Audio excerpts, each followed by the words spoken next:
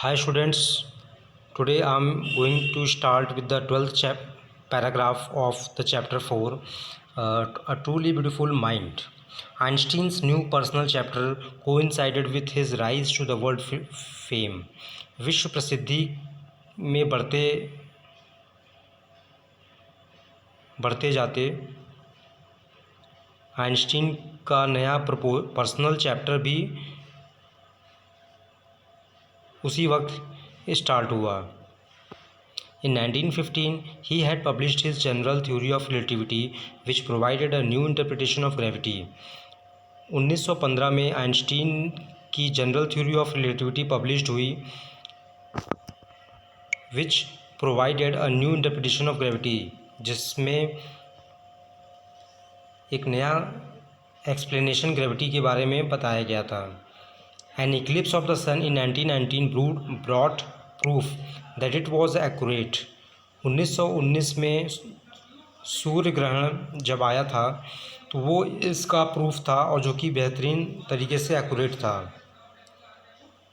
Einstein had correctly calculated in advance the extent to which the light from fixed stars would be deflected through the sun's gravitational field. सन के gravitational field के से होकर ऐसी लाइटें जो एक fixed star से निकल रही हैं वो डिफ्लेक्ट करती हैं, ठीक है, वो अपनी दिशा वहाँ चेंज करती हैं। The newspaper proclaimed his work as a scientific revolution, और यही कारण था कि न्यूज़पेपर ने डिक्लेयर कर दिया कि ये एक वैज्ञानिक क्रांति है। Einstein received the Nobel prize for physics in 1921। 1921 में आइंस्टीन को नोबेल प्राइज़ फिज़िक्स के लिए दिया गया था। He was showered with honours and invitations from all over the world and lauded by the press. उन्हें सम्मान से नवाजा गया था और उन्हें हर तरफ से, विश्व के हर तरफ से इन्विटेशंस भी मिले। And lauded by the press, और प्रेस द्वारा उनकी प्रशंसा भी हुई। When the Nazis came to power in Germany in 1933, Einstein emigrated to the United States. Einstein United States shift हो गए एक नई कंट्री में। 1933 में जब जर्मनी में नाजीज की सत्ता आई। 5 years later, 5 साल बाद, the discovery of nuclear fission in Berlin had American physicist in an अप्रोर। 5 साल बाद न्यूक्लियर फिजन जो बर्लिन में इसकी डिस्कवरी हुई थी, इसका अमेरिकन फिजिस्ट, मतलब अमेरिका के जो फिज़िक्स में एक्सपर्ट होते हैं, इन एन अप्रोर, इससे अपसेट हो गया।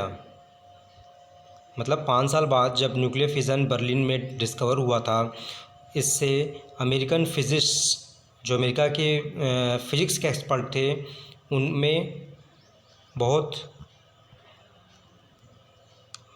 अपसेट हो गए वो। Many of them had fled from fascism just as Einstein had.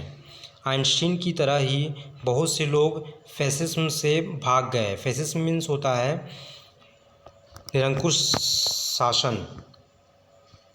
And now they were afraid the Nazis could build and use an atomic bomb, और वे घबराया गए थे कि नाजीज एटॉमिक बम का निर्माण कर सकता है और उसका प्रयोग कर सकता है।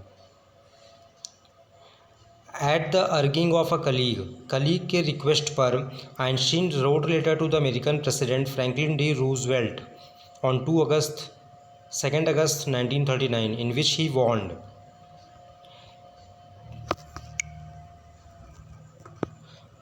कलीग के रिक्वेस्ट पे आइंस्टीन ने एक लेटर लिखा American president Franklin D Roosevelt को 2 अगस्त 1939 को, जिसमें उन्होंने चेतावनी दिया था, a single bomb of this type, इस तरह का एकमात्र एक बम एक्सप्लोडेड इन अ पोल्ट में एक्सप्लोड होता है अगर, might very well destroy the whole port together with some of the surrounding territory. पूरी तरह से पोर्ट को डिस्ट्रॉय कर देगा और साथ ही साथ उसके साथ जुड़े हुए जितने भी एरिया हैं उस पोर्ट के इर्द गिर्द. His words did not fail to have an effect. उनके शब्दों का कोई प्रभाव नहीं पड़ा. The Americans developed the atomic bomb in a secret project of their own. Americans ने एटॉमिक बॉम्ब एक सीक्रेट प्रोजेक्ट के तौर पे तैयार किया खुद से and dropped it on the Japanese cities of Hiroshima and Nagasaki in August in 1945. 1945 अगस्त में अमेरिकन्स ने उस एटॉमिक बम को जापान के हिरोशिमा और नागासाकी शहर में ड्रॉप कर दिया.